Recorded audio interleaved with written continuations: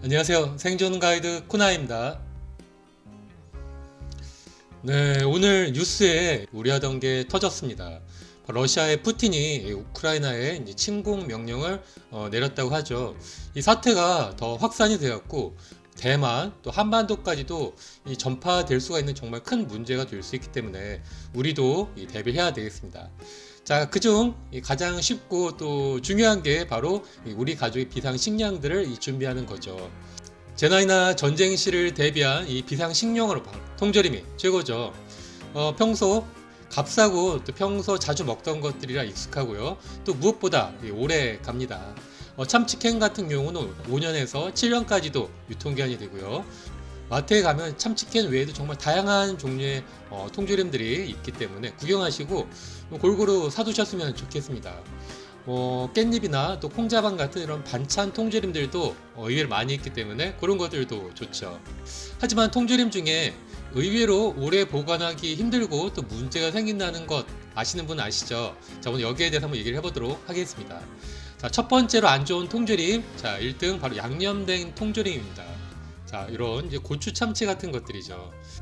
일반 참치캔은 유통기한이 5년, 7년 정도 되지만은 고추 참치캔 같은 양념된 참치캔은 유통기한이 3년에서 5년 정도로 훨씬 짧습니다.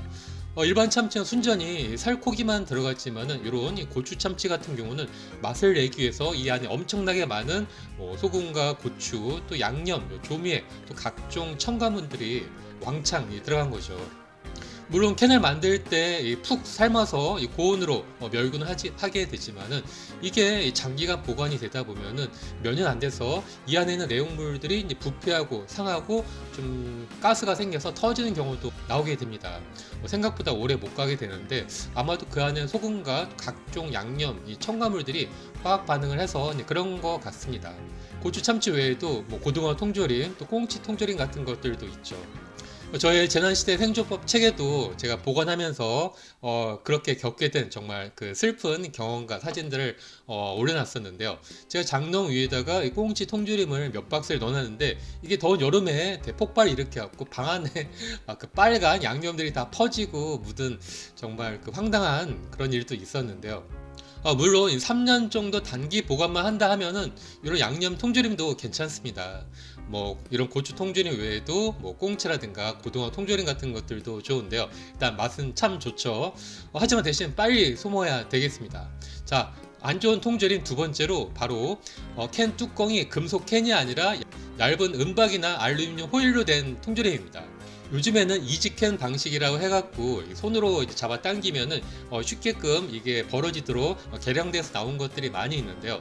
알루미늄 필름을 이 통조림 캔 위에다가 접착제로 붙인 건데 손으로 만져보면 또 이게 이제 말랑말랑 살짝 들어가기도 합니다.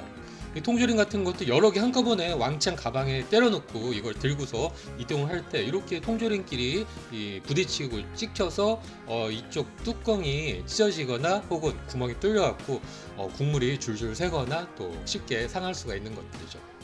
또 역시 장기 보관을 할 때도 좀 밀폐가 좀 약간 부족해갖고 몇 년 안 돼서 쉽게 상하는 경우도 많이 있었는데요. 제 책에 나온 사진에도 그런 것들이 있었죠.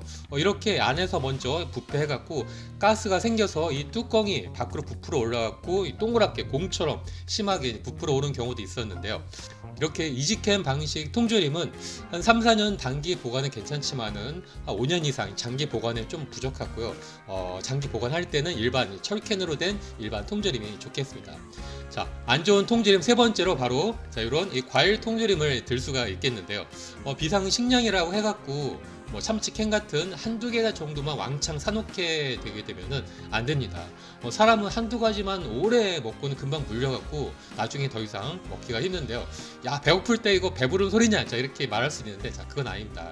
한두 가지만 오래 먹게 되다 보면 특정 영양소가 부족해지기 때문에 사람 몸이 스스로 거부하는 자연스러운 반응인데요. 그래서 통조림 같은 경우도 여러 개 좀 다양하게 준비하는 것들이 필요한 거죠.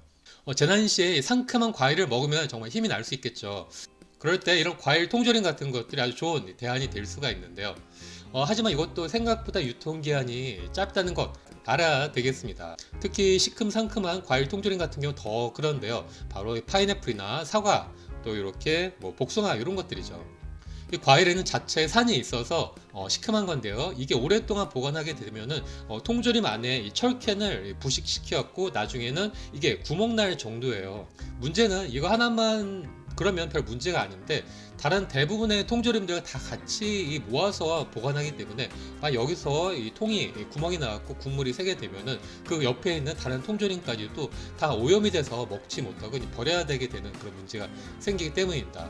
따라서 과일 통조림 같은 것들도 준비해도 좋긴 좋지만은 3년 미만으로만 꼭 보관하시고 넘으면 빨리 먹어서 소모한다던가 혹은 버리셔야 되고요.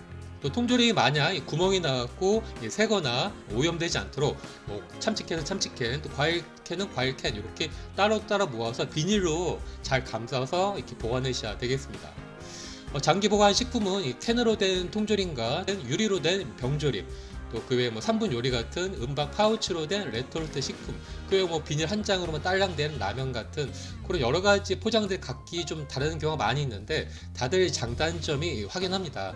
하나만 좋고 나쁘다 이렇게 하기보다는 각기 특성에 맞게 된 거기 때문에 편의성과 유통기한 또 보관 환경을 달리해서 또 수량 달리해서 분배해서 보관하고 사시는 게 좋겠습니다. 다음 시간에는 비상식량 딱 하나만 사야 한다면은 자 뭐가 좋을지 다음에 여기에 대해서 한번 알려드리도록 하겠습니다. 자, 기대해주세요. 다음 시간에 뵙겠습니다. 오늘 영상 재밌게 보셨나요? 재밌고 또 좋은 정보다 생각하시면 꼭 좋아요와 구독 버튼 눌러주세요.